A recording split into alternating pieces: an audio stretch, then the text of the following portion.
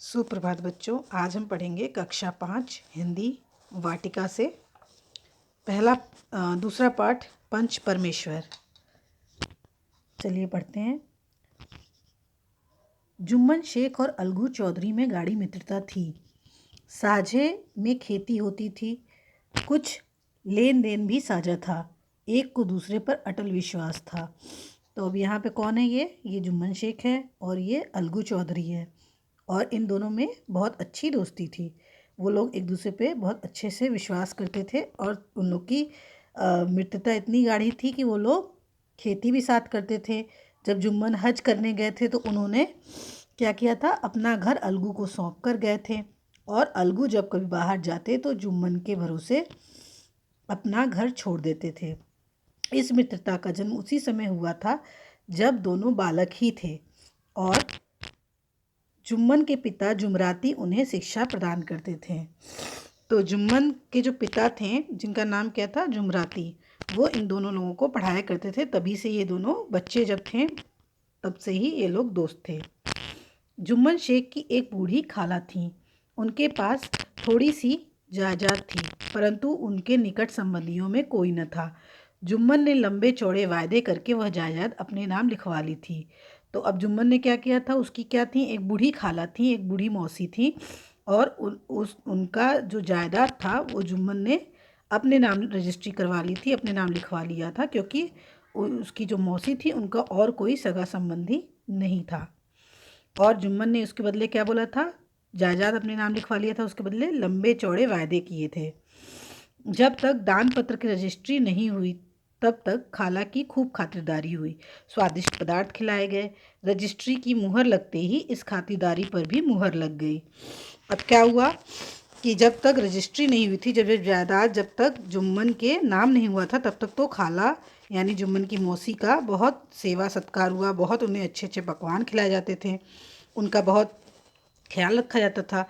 लेकिन जैसे ही रजिस्ट्री हुई, मतलब जैसे ही जो संपत्ति थी, जो जायदाद था, वो जुम्मन के नाम जैसे ही कर दिया गया, उसके बाद से क्या हुआ, उसके बाद से खाला मौसी की भी खातिरदारी पर मुहर लग गई। मतलब उनका जो सेवा सत्कार था वो भी समाप्त कर दिया गया। जुम्मन की पत्नी करीमन रोटियां देने के साथ कड़वी बातें भी सुनाने लगी। जुम्मन शेख भी निठुर हो गए। अब क्या हुआ, जब संपत्ति नाम हो गई जुम्मन के, तो जो जुम्मन की जो पत्नी थी उनका व्यवहार भी बदल गया। पहले तो बड़ा खातिरदारी करती थी, क्योंकि क्या करना था, वसीयत करवानी थी, जायदाद अपने नाम लेना था। और जैसे ही जायदाद उनके नाम हो गया तैसे ही वो क्या हुआ, उनका व्यवहार में परिवर्तन आ गया।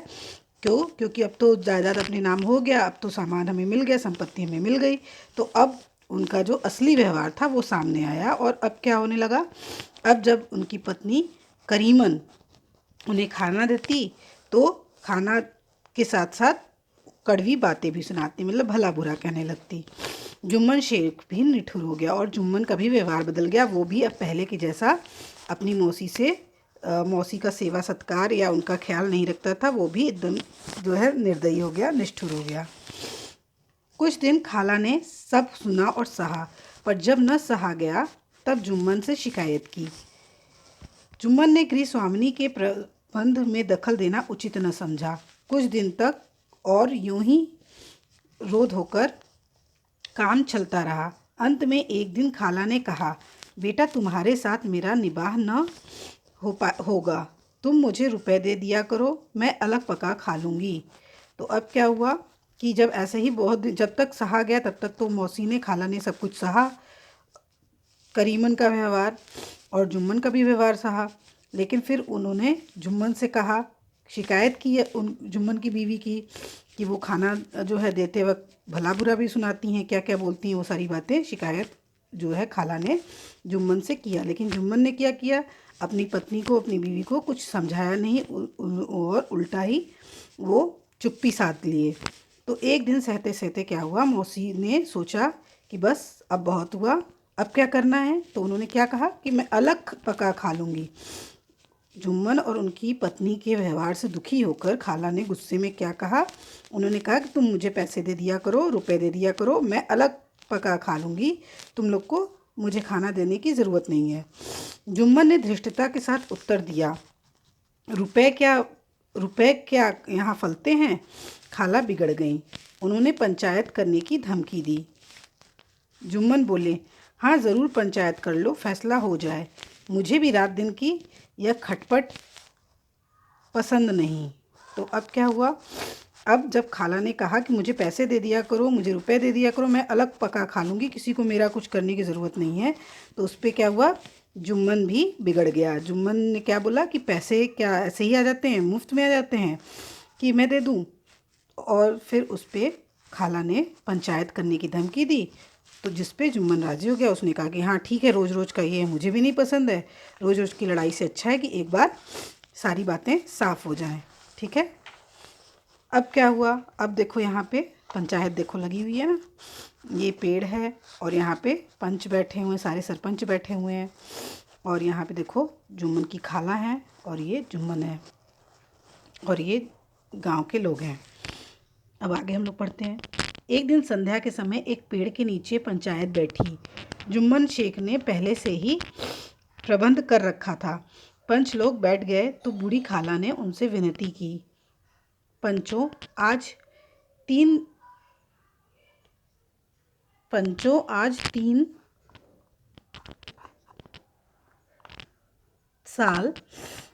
साल हुए मैंने अपनी सारी जायदाद अपने भांजे जुम्मन के नाम लिख दी थी।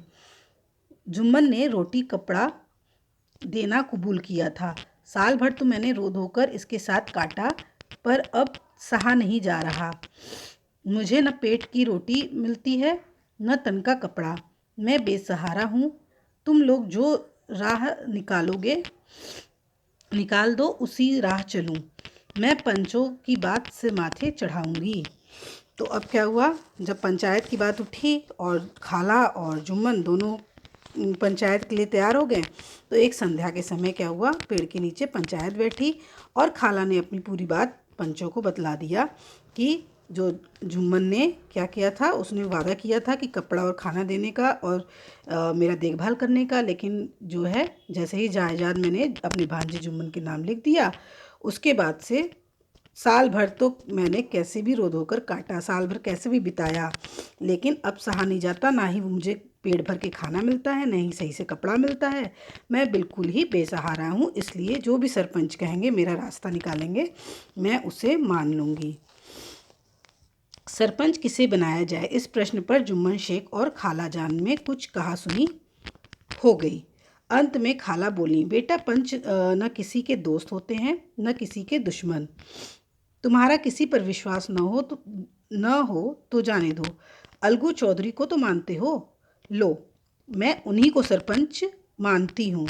जुम्मन शेख आनंद से फूल उठे, परंतु मन के भावों को छिपाकर बोले, चलो अलगू चौधरी ही सही। अब क्या हुआ कि सरपंच कौन बनेगा, इस बात पे थोड़ा कहासुनी हो गई खाला में और जुम्मन में, और उस पे खाला ने फिर अलगू चौधरी का नाम ले लिया, जिस पे जुम्मन शेख बड़े खुश हुए। क्यों? क्योंकि अलगू चौधरी उसका बचपन का मित्र था। तो जुम्मन शेख को बधी बनी ये लगा होगा कि मेरा दोस्त है तो मेरी मदद करेगा या मेरे हक में ही फैसला देगा, इसलिए वो बड़े खुश थे अंदर से, लेकिन ऊपर से बड़े शांत थे। और उन्होंने कहा ठीक है, चलो अलगू ही सही। और खाला तो पहले से तैयार हो गई थी, उन्होंने ही नाम बताया था। क्यों? क्योंकि उनको विश्वास था कि जो सरपंच होते हैं वो न किसी के दोस्त होते हैं और न किसी के दुश्मन। अलगू चौधरी सरपंच हुए। उन्होंने कहा, शेख जुम्मन, हम तुम पुराने दोस्त हैं, मगर इस समय तुम और बूढ़ी खाला दोनों हमारी निगाह में बराबर हो।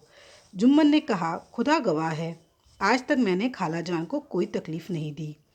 तो अब अलगू चौधरी जैसे ही सरपंच बने तो उन्होंने ये बात साफ कर दी कि देखो हम लोग दोस्त तो होंगे थे हैं, लेकिन जब मैं सरपंच हूँ तो उस वक्त तुम और खाला दोनों मेरी नज़र में बराबर के हो।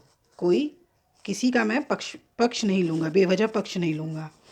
ठीक है, मतलब कि यहाँ कोई पक्षपात नहीं होगा। खाला और जुम्मन दोनों सरपंच की निगाह में बराबर हैं, दोस्ती यहाँ पे नहीं देखी जाएगी। अलगू चौधरी ने जुम्मन से झिड़क शुरू की। जुम्मन चकित थे कि अलगू को क्या हो गया है। अभी तो ये मेरे साथ बैठे थे, अब इतने प्रश्न मुझसे क्यों पूछते हो? जुम्मन सब सोच ही रहे थे कि अलगू ने फैसला सुनाया। ठीक है, तो अब जो जिरा हुआ, बहस हुआ और अलगू ने सरपंच बनते ही इससे जुम्मन शेख से सवाल जवाब करना चालू किया। तो जुम्मन बहुत आश्चर्यचकित हो गए, क्योंकि उनको तो लगा था कि मेरा दोस्त बन रहा है सरपंच, तो ज़्यादा मुझसे कुछ पूछेगा नहीं। लेकिन अब जब सारी बातें साफ हो रही थी, बहस हो रहा था, जिरा हो रहा था, तो उनको थोड़ा सा धक्का लगा। हाँ, क्योंकि ये इसकी उम्मीद उन्होंने नहीं किया था। ठीक है, फिर अलगू ने सारे जिरा बहस के बाद क्या हुआ, अपना फैसला सुनाया। क्या सुनाया? जुम्मन शेख पंचों ने इस मामले पर विचार किया। उन्हें यह उचित मालूम होता है कि खाला जान को माहवार खर्च दिया जाए। बस बस यही हमारा फैसला है। अगर खर्च देना मंजूर न हो तो रजिस्ट्री रद्द समझी जाए।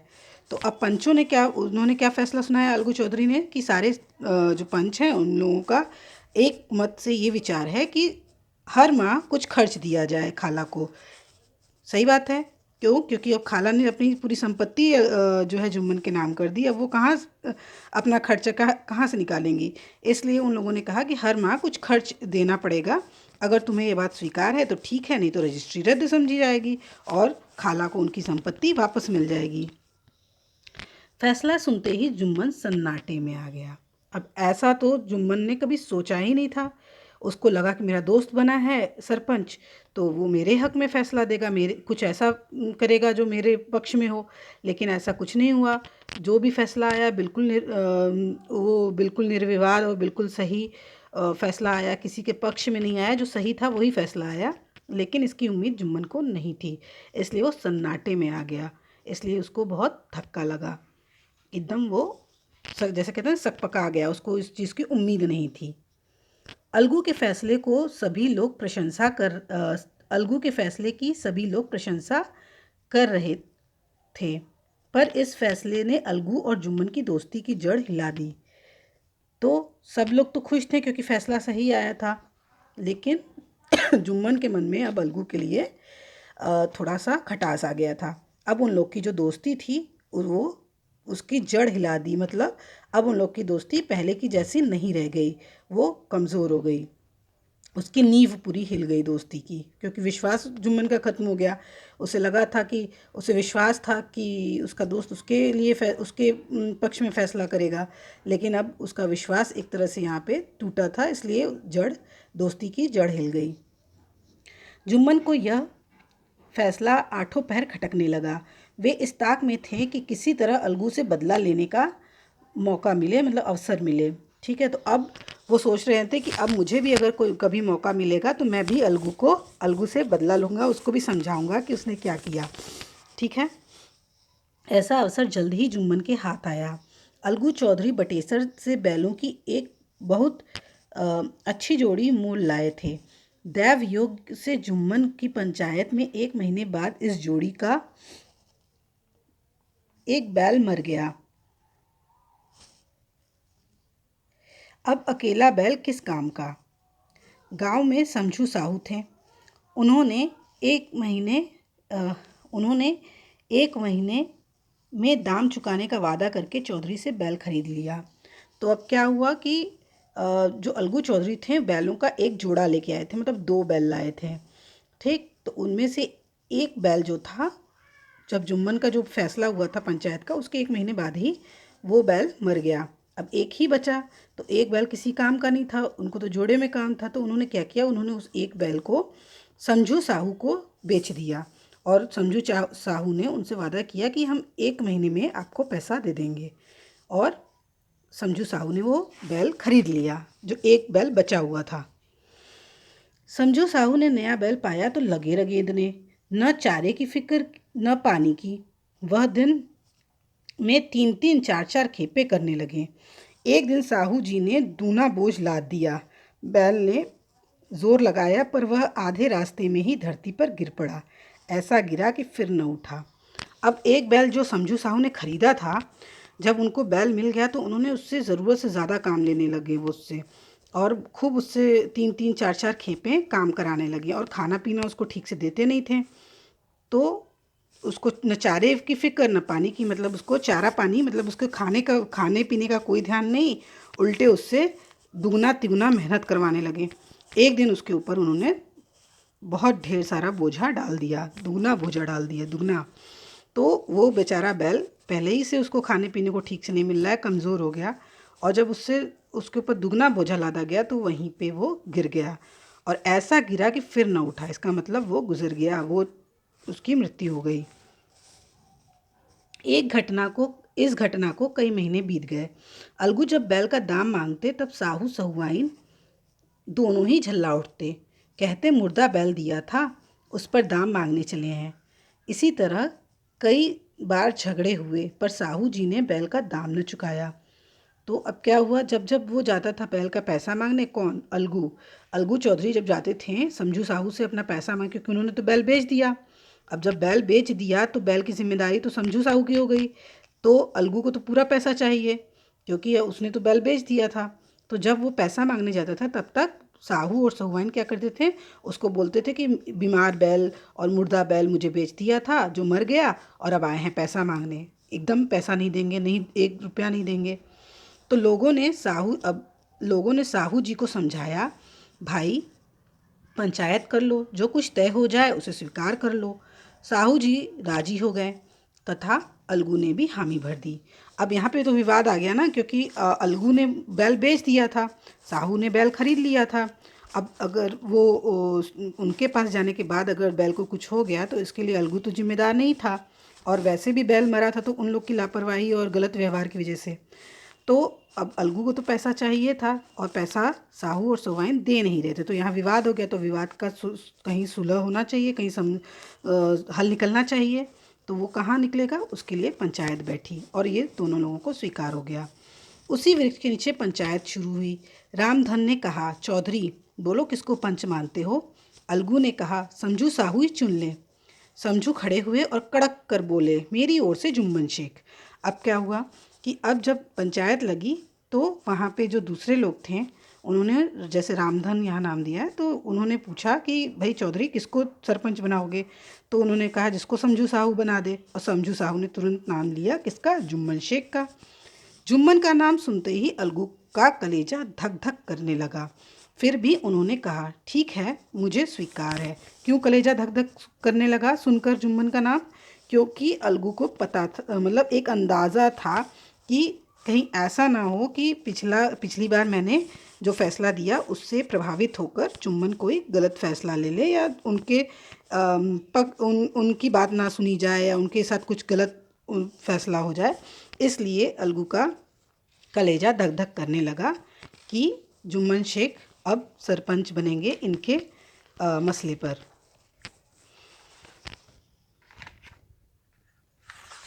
यहाँ देखो, यहाँ पे भी देखो, वो पंच लगी हुई है, वही पेड़ है, और यहाँ पे सारे पंच बैठे हैं। ये सरपंच हैं जुम्मन शेख, और यहाँ पे अलगू चौधरी हैं, और ये समझू साहू ही होगा, और बाकी लोग हैं। ठीक है, तो यहाँ पे भी देखो वहाँ लगा हुआ है पंच, सरपंच। सरपंच का आसन ग्रहण करते हुए जुम्मन में अपनी जिम्मेदारी का भाव पैदा हुआ। अब क्या हुआ, जैसे ही सरपंच बने, जुम्मन के मन में भी तो यही बात थी कि हमें मौका मिले, हम बदला लें। लेकिन क्या हुआ, जैसे ही वो सरपंच बना, तैसे ही क्या हुआ, उनके मन में जिम्मेदारी का भाव पैदा हुआ, और उन्होंने सोचा, मैं इस समय न्याय के सर्वोच्च आसन पर बैठा हूँ। सत्य में जौ भर भी टलना सत्य से जौ भर भी टलना मेरे लिए उचित नहीं। तो अब जैसे ही सरपंच इन्हें बनाया गया जुम्मन शेख को, और वो वहाँ पे बैठे आसन पे अपने, तो उनके अंदर जिम्मेदारी का भाव पैदा हुआ, और उस वक्त उन्हें समझ में आया कि सरपंच होना कितनी बड़ी जिम्मेदारी का बात है, और किसी से न्याय करना कितनी बड़ी जिम्मेदारी का बात है। इसलिए उन्होंने जब जैसे ही वो सर्वोच्च आसन पर बैठे, उनके अंदर ये आया कि जो सत्य से जौ भर भी टलना ठीक नहीं, मतलब जो सच है वही उसी का फैसला होगा, सच ही जीतेगा। ठीक है, पंचों ने दोनों से सवाल जवाब शुरू किया। बहुत देर तक दोनों अपने अपने पक्ष का समर्थन करते रहे। अंत में जुम्मन ने फैसला सुनाया। अलगू चौधरी और फिर क्या हुआ, सारी बहस हुई, जिरह हुआ। दोनों लोगों ने अपने अपने, अलगू चौधरी और समझू साहू ने अपनी अपनी बातें कहीं, और सारी बातें सुनने के बाद जो सरपंच थे उन लोगों ने अपना फैसला सुनाया। अंत में जुम्मन ने फैसला सुनाया।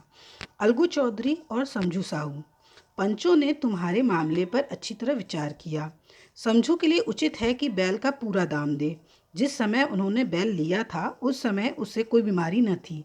बैल की मृत्यु केवल इस कारण हुई कि उससे कठिन परिश्रम लिया गया और उसके दाने चारे का प्रबंध नहीं किया गया।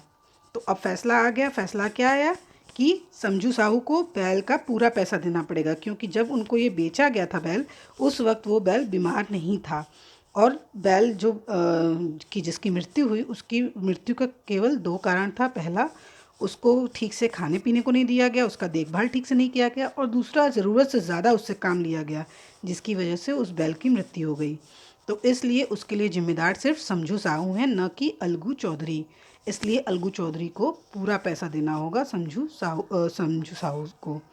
ठीक है, तो यहाँ पे निर्णय आ गया, सत्य की जीत हुई और जो सही बात था वो सामने आ गया। अलगू चौधरी फूले न समाये, उठ खड़े हुए और जोर से बोले, पंच परमेश्वर की जय। साथ ही सभी लोगों ने दोहराया, पंच परमेश्वर की जय। अलगू को क्योंकि उम्मीद नहीं था, अलगू को कहीं ना कहीं मन में शंका थी कि कहीं जुम्मन अपने पिछले जो जुम्मन का केस था उसकी वजह से ऐसा ना हो कि जुम्मन प्रभावित हो जाएं। तो जब फैसला आया, सत्य सही फैसला आया, उस वक्त उनकी जैसे कहते हैं उनकी खुशी का कोई ठिकाना नहीं था, और उस खुशी में उनका विश्वास जो है पंच परमेश्वर पे और जाग गया, और उन्होंने बोला, पंच परमेश्वर की जय। थोड़ी देर बाद जुम्मन अलगू के पास आए और उनके गले से लिपट गए। अलगू रोने लगे। इस पानी से दोनों के दिलों का मैल धुल गया। मृतता की मुरझाई हुई लता फिर हरी हो गई। तो अब क्या हुआ कि जुम्मन जो है वो अलगू के पास आए और दोनों एक दूसरे से गले लिपट के रोने लगे।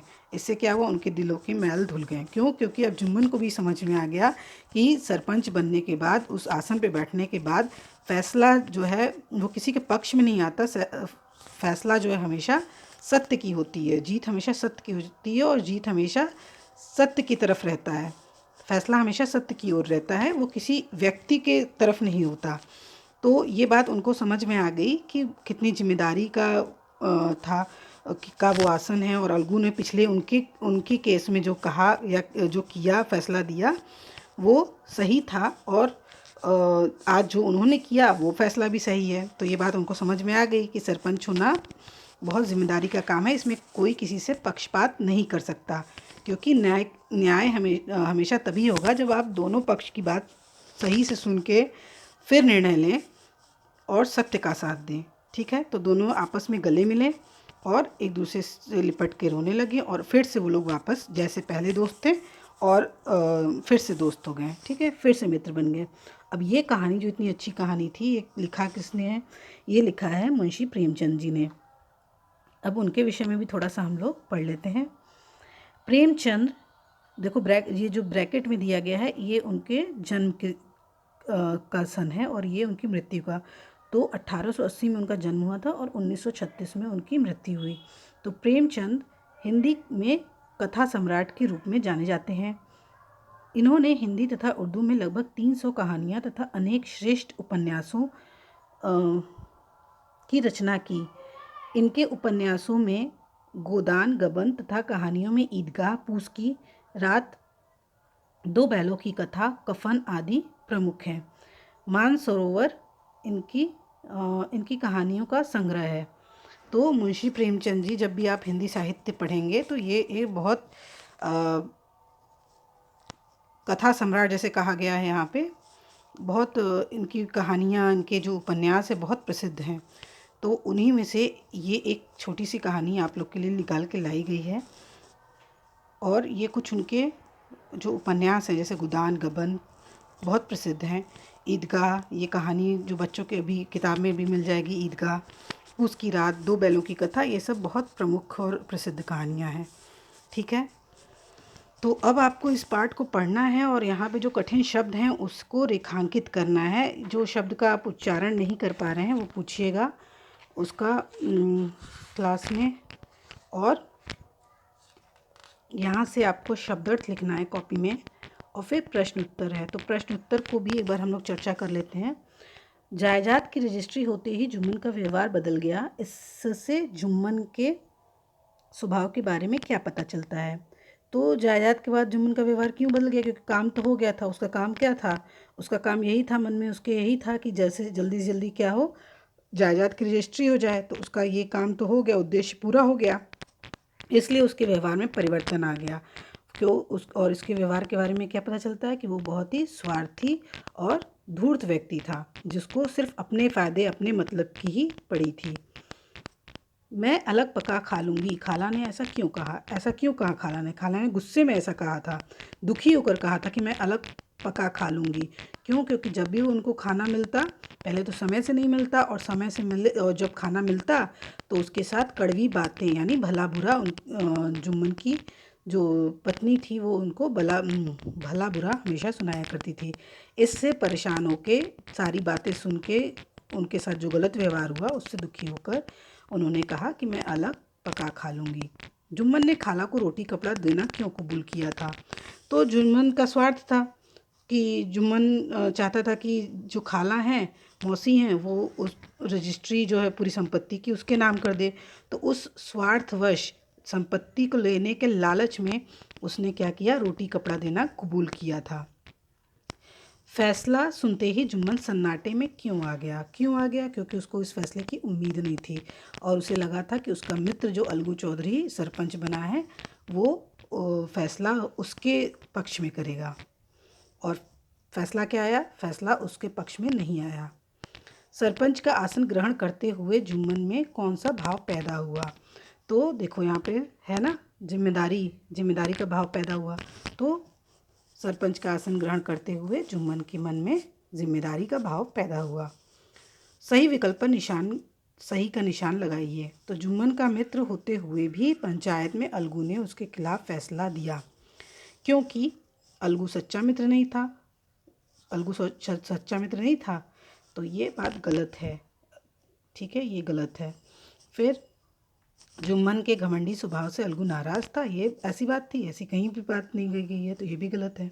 सरपंच का स्थान ग्रहण करने वाला व्यक्ति निष्पक्ष होकर न्याय करता है, सही बात यही है।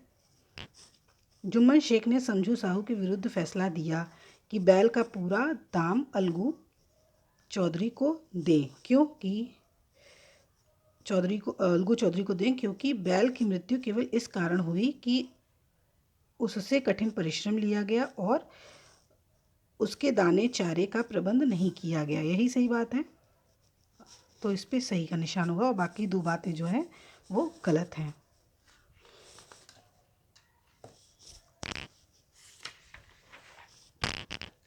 अब देखिए यहाँ पे ये कहानी से लिए गए वाक्य हैं, इसको हम लोग को सही क्रम में लगाना है।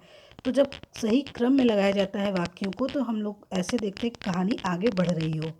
ठीक है, जैसे जैसे कहानी आगे बढ़ी वैसे वैसे हम इन वाक्यों को भी सही क्रम में लगाएंगे। ठीक है, सबसे पहले क्या आएगा? सबसे पहले आएगा जुम्मन शेख की एक बूढ़ी खाला थी। फिर उनके पास थोड़ी जायदाद थी, परंतु उनके निकट संबंधियों में कोई न था। तीसरा वाक्य, जुम्मन ने लंबे चौड़े वायदे करके वह जायदाद अपने नाम लिखवा ली थी। चौथा, एक दिन संध्या के समय एक पेड़ के नीचे पंचायत बैठी। फिर अलगू चौधरी ने जुम्मन से जिरा शुरू की। सरपंच का आसन करते हुए जुम्मन में अपनी जिम्मेदारी का भाव पैदा हुआ। और लास्ट में, आखिरी में, थोड़ी देर बाद जुम्मन अलगू के पास आया और उनके गले से लिपट गए। तो ये जैसे जैसे कहानी में वाक्य आए हैं वैसे वैसे हमें इसको सही क्रम में लगाना है।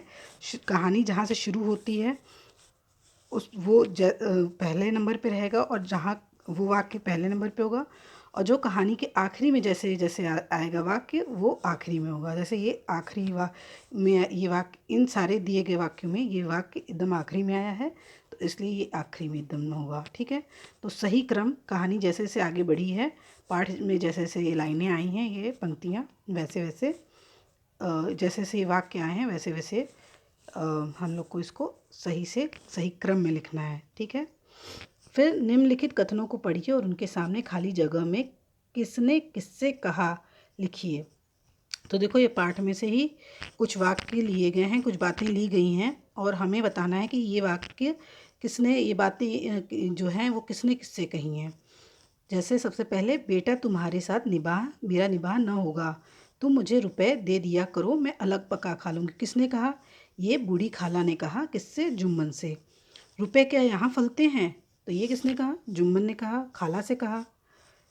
शेख जुम्मन, हम तुम पुराने दोस्त हैं मगर इस समय तुम और बूढ़ी खाला दोनों हमारी निगाह में बराबर हो। ये किसने कहा था? ये अलगू चौधरी ने कहा था जुम्मन शेख से। भाई पंचायत कर लो, जो कुछ तय हो जाए उससे स्वीकार कर लो। ये किसने कहा? लोगों ने समझाया। किसको? समझू साहू को। समझू के लिए उचित है कि बैल का पूरा दाम दे। ये किसने कहा? ये जुम्मन शेख ने कहा। किससे? समझू साहू और अलगू चौधरी से। पंच न किसी के दोस्त होते हैं न किसी के दुश्मन। ये किसने कहा था? ये खाला ने कहा था जुम्मन शेख को। फिर अगली पंक्ति अगला क्या है? पांचवा प्रश्न, नीचे लिखी पंक्तियों का आशय अपने शब्दों में लिखिए। तो अब ये जो पंक्तियाँ, ये जो लाइन है, ये जो पंक्तियाँ हैं, इनको आप खुद पढ़िए। हम लोग पाठ पढ़ चुके हैं तो अब आप लोगों को इसका अर्थ पता होना चाहिए। तो इसको आप अपने शब्दों में लिखिए या आप मौखिक रूप से भी इन्हें आप अ, कर सकते हैं। ये आपका होमवर्क है, गृह कार्य है। भाषा के रंग, मुहावरों का सही अर्थ में से मिलान कर अपने वाक्यों में प्रयोग कीजिए। तो देखिए यहाँ कुछ मुहावरे दिए गए हैं जिसका अर्थ इधर है। ये पाठ से ही लिए गए मुहावरे हैं। जैसे मुहर लग जाना यानी पक्का हो जाना, सिर माथे चढ़ाना, खुशी से स्वीकार करना, सन्नाटे में आ जाना, चुप रह जाना, कलेजा धक धक करना, अधिक घबरा जाना, दिल का मैल धुल जाना, मन साफ हो जाना। तो ये अर्थ हुए इन मुहावरों के जो पाठ में आए हुए हैं। निम्नलिखित तद्भव शब्दों को के तत्सम रूप लिखिए। तो ये शब्द हैं और इसके हमें तत्सम रूप लिखने हैं। तद्भव लिखा हुआ है और तत्सम लिखना है। तो निबाह का है, निबाह का क्या होगा? निर्वाह। निठुर का निष्ठुर। पहर प्रहर। घर गृह। पूरा पूर्ण। भगत भक्त। तो इस तरह से इन तद्भव शब्दों का ये तत्सम शब्द है। तुम्हारी कलम से सरपंच कैसा होना चाहिए। तो अब ये पाठ आप लोगों ने पढ़ लिया है। अब आप लोग को पता है कि सरपंच कैसा होना चाहिए। तो इस पे आप कुछ पंक्तियाँ, कुछ वाक्य लिख सकते हैं खुद से। अब करने की बारी। तो इस कहानी को अपने शब्दों में सुनाइए। अपने आसपास घटी किसी घटना या विवाद के बाद पंचों के फैसले के बारे में चर्चा कीजिए जिससे विवाद का निपटारा नहीं हुआ हो। कहानी पर अपनी कक्षा में अभिनय कीजिए। तो ये क ख आपका होमवर्क है। इसको आप खुद से सोचिए कि इसका उत्तर क्या होगा।